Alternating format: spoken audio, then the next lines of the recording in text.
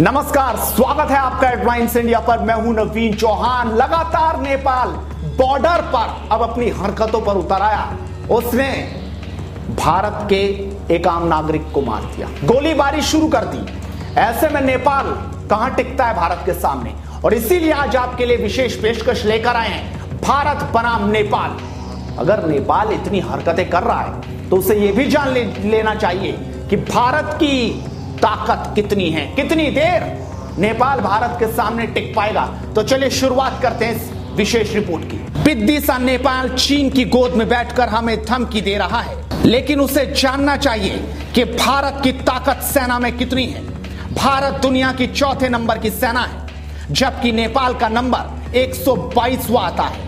नेपाल के पास कुल 1 लाख जवान हैं, जबकि भारत के पास 14,44,000 सैनिक हैं।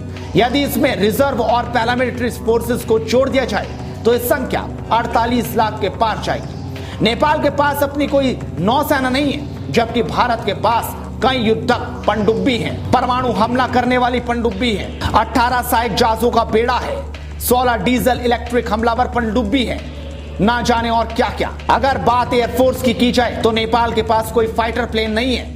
उसकी वायुसेना के पास 13 हेलीकॉप्टर है और 3 मालवाहक विमान हैं। भारत के पास 1,27,000 कर्मचारी और 1500 एयरक्राफ्ट हैं। भारत दुनिया की चौथी बड़ी एयरफोर्स है।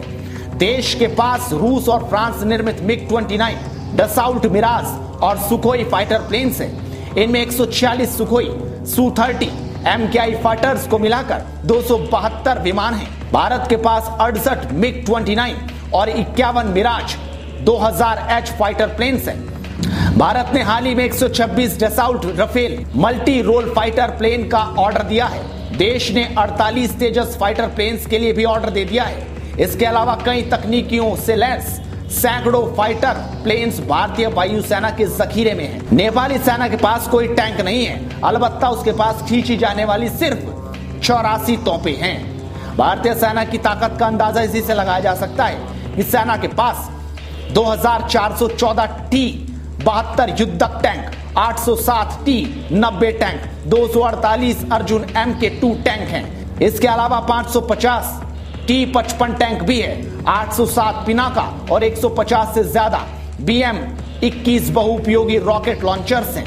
एंटी टैंक गाइडेड मिसाइल में भारत के पास 443 नाग, 30,000 मिलन, 4100 मिलन 2T और 15,000 9M113 कॉन्क्रूज मिसाइल है। इतना ही नहीं, कॉरेंट, फगोट, शत्रुम, अताका, वी मलयुक्तु और फालंका जैसी हजारों एंटी टैंक गाइडेड मिसाइल्स हैं। पृथ्वी, सूर्या, अग्नि, ब्रह्मोस बैलिस्टिक मिसाइल की पूरी रेंज है।